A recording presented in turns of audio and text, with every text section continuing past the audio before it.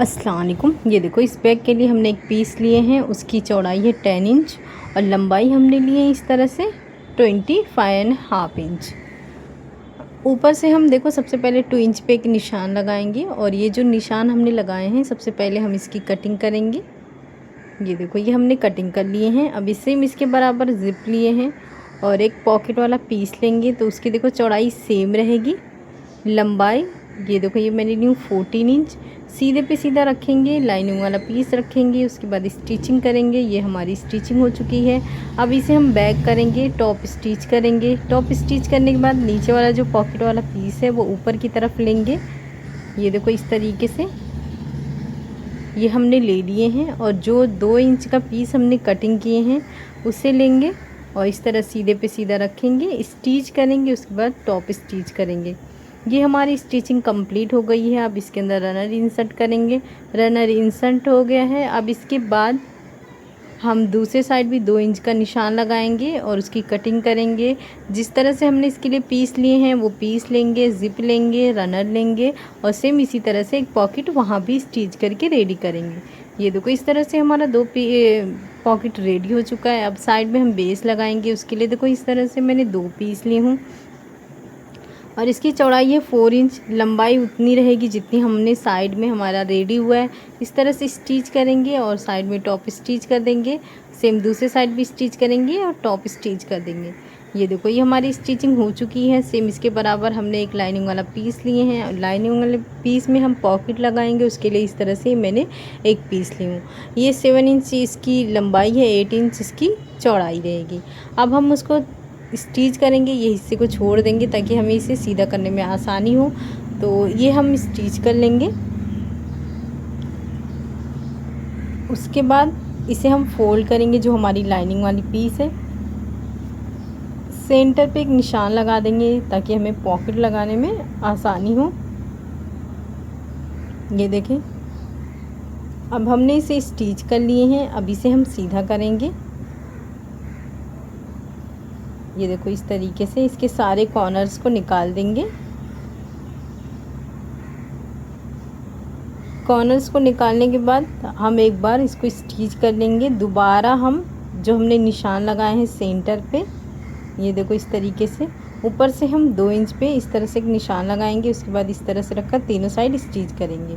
ये हमारी स्टिचिंग हो गई। ये पॉकेट बन के रेडी हो गया है। अब इसे हम फोल्ड करेंगे और इस तरह से एक स्टिच करेंगे और दूसरे साइड भी हमने स्टिच कर लेना है। सेम इसी तरह से हम मेन फैब्रिक को भी हम इस तरह से फोल्ड करेंगे और स्टिच करेंगे। दूसरे साइड भी हम स्टिच कर लेंगे।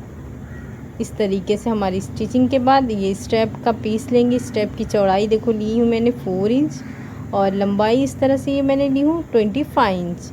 अब इसे हम फोल्ड करेंगे और स्टिच करके रेडी करेंगे। ये देखो ये हमारी स्टिचिंग हो चुकी है। अब हम बेस की कटिंग करेंगे। तो यहाँ से हम 1.5 इंच का इस तरह से निशान लगा लेना है और इस तरह से मैंने कटिंग कर चुकी हूँ। अब इसे हम स्टिच कर लेंगे।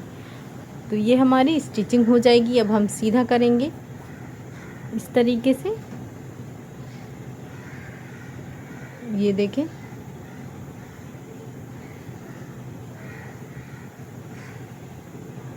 ये हमारी हो चुकी है और ये लाइनिंग वाला पीस भी इस तरह से हमने उसे उल्टा ही रहने दिए। इसे सीधा करने के बाद इस तरह से रख के चारों तरफ स्टिच कर लेंगे। ये हमारी स्टिचिंग हो चुकी है।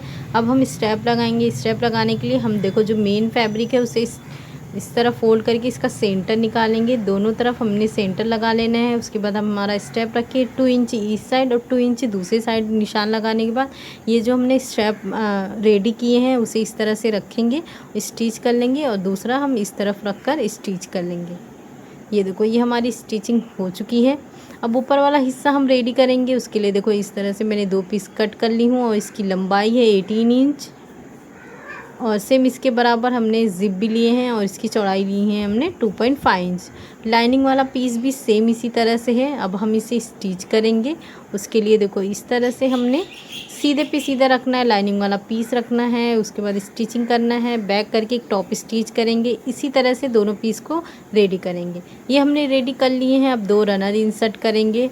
रनर इंसर्ट करने के बाद इस तरह से फोल्ड करेंगे और जो हमारा मेन फैब्रिक है इसका पूरी लंबाई देखेंगे तो ये मेरा 16.5 इंच है। तो सबसे पहले हम इसे फ़ोल्ड करेंगे और हमारा मेज़रमेंट रखेंगे इस तरीके से और 16.5 इंच पे एक निशान लगा देंगे वहाँ पे, और दूसरे साइड भी हम इसी तरह से निशान लगा देंगे। ये हमारा जितना आएगा उतना ही स्टिच करना रहता है, ताकि जब हम पॉकेट वाला हिस्सा ज़िप वाला पीस रेडी करें तो अटैच हो जाए। अब हम इसे फ़ोल्ड करेंगे, यहाँ पे हम 2.5 इंच पे एक निशान लगाएंगे और इसकी स्टिचिंग करेंगे। सेम इसी तरह से हम दूसरे साइड भी निशान लगाएंगे, उसके बाद इसकी कटिंग कर लेंगे।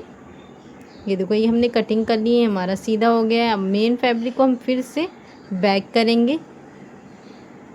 बैक करने के बाद स्ट्रैप अंदर की तरफ रखेंगे, जो पीस अभी हमने रेडी करे हैं इस तरह से सीधे पे सीधे रख कर स्टिच करेंगे। ये देखो ये हमारी स्टिचिंग हो गई है। ज़िप ओपन करेंगे और इसे हम सीधा करेंगे। ये हम सीधा करने के बाद इसके जिस तरह से इसके शेप है सारे बाहर अच्छे से परफेक्ट करेंगे। ऊपर वाले हिस्से को इस तरह से अंदर की तरफ रख कर टॉप स्टिच करेंगे। ये देखो इस तरह से हमारा बहुत ही ब्यूटीफुल सा बैग बनके रेडी हुआ है। बिल्कुल मार्केट जैसा इसका लुक आता है और दिखने में भी बहुत ज़्यादा खूबसूरत है। शुक्रिया, अल्लाह हाफ़िज़।